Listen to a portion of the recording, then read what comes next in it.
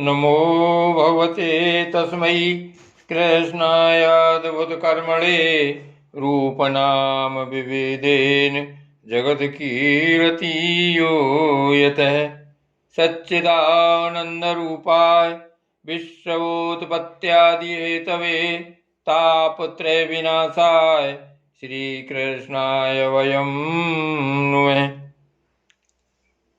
श्रीमद्भागवत महापुराण प्रथम स्कंध अध्याय 11।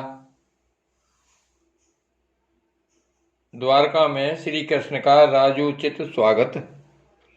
सूत जी कहते हैं, श्री कृष्ण ने अपने श्रीमद् आनर्त देश में पहुंचकर वहां के लोगों की विरह वेदना बहुत कुछ शांत करते हुए अपना श्रेष्ठ 5 जन नामक शंख बजाया।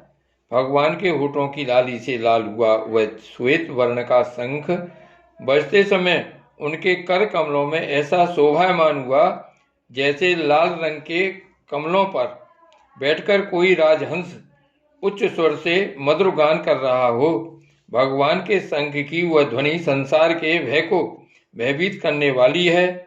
उसे सुनकर सारी प्रजा अपने स्वामी श्री कृष्ण के दर्शन की लालसा से नगर के बाहर निकल आई।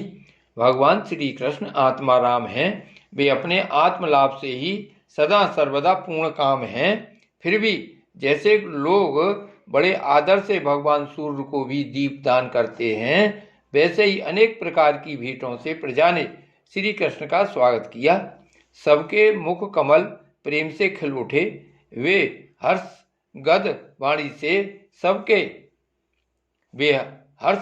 वाणी से सबके सुहृदय और संरक्षक भगवान श्री कृष्ण की ठीक वैसे ही स्तुति करने लगे जैसे बालक अपने पिता से अपनी तोतली बोली में बातें करते हैं। स्वामिन, हम आपके उन चरण कमलों को सदा सर्वदा प्रणाम करते हैं जिनकी वंदना ब्रह्मा, शंकर और इंद्र तक करते हैं, जो इस संसार में परम कल्याण चाहने वालों के लिए सर्वोत्तम आश्रय हैं, जिनकी शरण ले लेने पर परम समर्थ काल भी एक बाल तक वांका नहीं कर सकता। विश्वभावन, आप ही हमारे माता, सुहृदय, स्वामी और पिता हैं। आप ही हमारे सद्गुरु और परम आराध्य देव हैं। आपके चरणों की सेवा से हम कृतार्थ हो रहे हैं। आप ही हमारा कल्याण करें। आहा, हम आपको पाकर सनाथ हो गए, क्योंकि आपके सर्व सौंदर्य सार अनुपम रूप का हम दर्शन करते रहते हैं। कितना सुंदर मुख है, प्रेमपूर्ण मुस्कान से स्निग्ध चितवन। यह दर्शन तो देवताओं के लिए भी दुर्लभ है। कमल नयन श्री कृष्ण, जब आप अपने बंधु बांधवों से मिलने के लिए हस्तिनापुर अथवा मथुरा ब्रजमंडा चले जाते हैं, तब आपके बिना हमारा एक एक क्षण कोटि कोटि वर्षों के समान लंबा हो जाता है। आपके बिना हमारी दशा वैसी हो जाती है जैसे सूर्य के बिना आंखों की। भक्त वत्सल भगवान श्री कृष्ण प्रजा के मुख से ऐसे वचन सुनते हुए और अपनी कृपामयी दृष्टि से उन पर अनुग्रह की वृष्टि करते हुए द्वारका में प्रविष्ट हुए। जैसे नाग अपनी नगरी भोगवती पातालपुरी की रक्षा करते हैं, वैसे ही भगवान की वह द्वारकापुरी भी मधु, भोज, दशारह, अरह, कुकुर, अंधक और वृषवंशी यादवों से, जिनके पराक्रम की तुलना और किसी से भी नहीं की जा सकती, सुरक्षित थी। वह पुरी समस्त ऋतुओं के संपूर्ण वैभव से संपन्न एवं पवित्र वृक्षों एवं लताओं के कुंजों से युक्त थी। स्थान स्थान पर फलों से पूर्ण उद्यान, पुष्प वाटिकाएं एवं कीड़ावन थे। बीच बीच में कमल युक्त सरोवर नगर की शोभा बढ़ा रहे थे। नगर के फाटकों, महल के दरवाजों और सड़कों पर भगवान के स्वागतार्थ बंधनमालें लगाई गई थीं। चारों ओर चित्र विचित्र ध्वजा पताकाएं फहरा रही थीं, जिनसे उन स्थानों पर घाम का कोई प्रभाव नहीं पड़ता था। उसके राजमार्ग अन्यान सड़कें, बाजार और चौक झाड़ बुहार कर सुगंधित जल से सींच दिए गए थे और भगवान के स्वागत के लिए बरसाए हुए फल फूल अक्षत अंकुर चारों ओर बिखरे हुए थे। घरों के प्रत्येक द्वार पर दही, अक्षत फल, ईख, जल से भरे हुए कलश, उपहार की वस्तुएं और धूप दीप आदि सजा दिए गए थे। उदार श्रोमणि वसुदेव, अक्रूर, उग्रसेन, अद्भुत पराक्रमी बलराम, प्रद्युम्न, चारुदेषण और जामवती नंदन सामने जब यह सुना कि हमारे प्रियतम भगवान श्री कृष्ण आ रहे हैं, तब उनके मन में इतना आनंद उमड़ा कि उन लोगों ने अपने सभी आवश्यक कार्य, सोना, बैठना और भोजन आदि छोड़ दिए। प्रेम के आवेग से उनका हृदय उछलने लगा। वे मंगल शकुन के लिए एक गजराज को आगे करके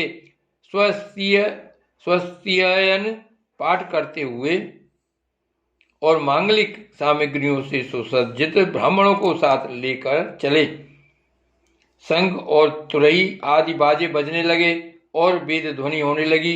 वे सब हर्षित होकर रथों पर सवार हुए और बड़ी आदर बुद्धि से भगवान की अगवानी करने चले। साथ ही भगवान श्री कृष्ण के दर्शन के लिए उत्सुक सैकड़ों श्रेष्ठ वारांगनाएं, जिनके मुख कपोलों पर चमचमाते हुए कुंडलों की कांति पड़ने से बड़े सुंदर दिखते थे, पालकियों पर चढ़कर भगवान की अगवानी के लिए चली। बहुत से नट, नाचने वाले, गाने वाले, वृद्ध, बखानने वाले, सूत, मागध और बंदीजन भगवान श्री कृष्ण के अद्भुत चरित्रों का गायन करते हुए चले। भगवान श्री कृष्ण ने बंधु बांधवों, नागरिकों और सेवकों से उनकी योग्यता के अनुसार अलग अलग मिलकर सबका सम्मान किया। किसी को सिर झुकाकर प्रणाम किया, किसी को वाणी से अभिवादन किया, किसी को हृदय से लगाया, किसी से हाथ मिलाया, किसी की ओर देखकर मुस्कुरा भर दिया और किसी को केवल प्रेम भरी दृष्टि से देख लिया। जिसकी जो इच्छा थी उसे वही वरदान दिया। इस प्रकार चांडाल पर्यंत सबको संतुष्ट करके गुरुजन, सपत्नीक ब्राह्मण और वृद्धों का तथा दूसरे लोगों का भी आशीर्वाद ग्रहण करते हुए बंदीजनों से विरुदावली सुनते हुए सबके साथ भगवान श्री कृष्ण ने नगर में प्रवेश किया। सौनक जी जिस समय भगवान राजमार्ग से जा रहे थे, उस समय द्वारका की कुल कामनियां भगवान के दर्शनों को ही परमानंद मानकर अपनी अपनी अटारियों पर चढ़ गईं। भगवान का बच्चे स्थल मूर्तिमान सौंदर्य लक्ष्मी का निवास स्थान है।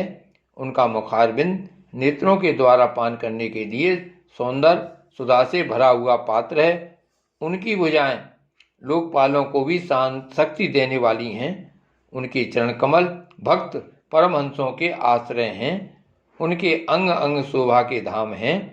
भगवान की इस छवि को द्वारकावासी नित्य निरंतर निहारते रहते हैं, फिर भी उनकी आंखें एक क्षण के लिए भी तृप्त नहीं होती।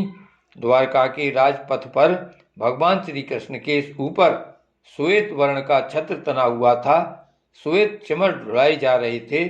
चारों ओर से पुष्पों की वर्षा हो रही थी। वे पीतांबर और बनमाला धारण किए हुए थे। इस समय वे ऐसे शोभायमान हुए मानो श्याम मेघ एक ही साथ सूर्य, चंद्रमा, इंद्रधनुष और बिजली से शोभायमान हों। भगवान सबसे पहले अपने माता पिता के महल में गए। वहां उन्होंने बड़े आनंद से देवकी आदि सातों माताओं को चरणों पर सिर रखकर प्रणाम किया और माताओं ने उन्हें अपने हृदय से लगाकर गोद में बैठा लिया। इसने के कारण उनके स्तनों से दूध की धारा बहने लगी। उनका हृदय हर्ष से विह्वल हो गया और वे आनंद के आंसुओं से उनका अभिषेक करने लगी। माताओं से आज्ञा लेकर वे अपने समस्त भोग सामग्रियों संपन्न सर्वश्रेष्ठ भवन में गए। उसमें 16,000 पत्नियों के अलग अलग महल थे। अपने प्राणनाथ भगवान श्री कृष्ण को बहुत दिन बाहर रहने के बाद घर आया देखकर रानियों के हृदय में बड़ा आनंद हुआ। उन्हें अपने निकट देखकर वे एकाएक ध्यान छोड़कर उठ खड़ी हुई। उन्होंने केवल आसन को ही नहीं बल्कि उन नियमों को भी त्याग दिया जिन्हें उन्होंने पति के प्रवासी होने पर ग्रहण किया था। उस समय उनके मुख और नेत्रों में लज्जा छा गई। भगवान के प्रति उनका भाव बड़ा ही गंभीर था। उन्होंने पहले मन ही मन, फिर नेत्रों के द्वारा और तत्पश्चात पुत्रों के बहाने शरीर से उनका आलिंगन किया। सौनक जी, उस समय उनके नेत्रों में जो प्रेम के आंसू झलक आए थे, उन्हें संकोचवश उन्होंने बहुत रोका। फिर भी व्यवस्था के कारण वे ढलक ही गए। यद्यपि भगवान श्री कृष्ण एकांत में सर्वदा ही उनके पास रहते थे, तथापि उनके चरण कमल उन्हें पद पद पर नए नए जान पड़ते। भला स्वभाव से ही चंचल लक्ष्मी, जिन्हें एक क्षण के लिए भी कभी नहीं छोड़ती, उनकी सन्निधि से किस स्त्री की तृप्ति हो सकती है। जैसे वायु बांसों के संघर्ष से दावानल पैदा करके उन्हें जला देता है, वैसे ही पृथ्वी के भारभूत और शक्तिशाली राजाओं में परस्पर फूट डालकर बिना शस्त्र ग्रहण किए ही भगवान श्री कृष्ण ने उन्हें कई अक्षौणी सेना सहित एक दूसरे से मरवा डाला और उसके बाद आप भी उपराम हो गए। साक्षात परमेश्वर ही अपनी लीला से इस मनुष्य लोक में अवतीर्ण हुए थे और सहस्त्रों रमणी रत्नों में रहकर उन्होंने साधारण मनुष्य की तरह क्रीड़ा की, जिनकी निर्मल और मधुर हंसी उनके हृदय के उन्मत्त भावों को सूचित करने वाली थी। जिनकी लजीली चितवन की चोट से बेसुध होकर विश्व विजयी कामदेव ने भी अपने धनुष का परित्याग कर दिया था। वे कमनियां अपने काम विलासों से जिनके मन में तनिक भी क्षोभ नहीं पैदा कर सकीं, उन असंग भगवान श्री कृष्ण को संसार के लोग अपने ही समान कर्म करते देखकर आसक्त मनुष्य समझते हैं। यह उनकी मूर्खता है। यही तो भगवान की भगवत्ता है कि वे प्रकृति में स्थित होकर भी उसके गुणों से कभी लिप्त नहीं होते, जैसे भगवान की शरणागत बुद्धि अपने में रहने वाले प्राकृत गुणों से लिप्त नहीं होती। वे मूल स्त्रियां भी श्री कृष्ण को अपना एकांत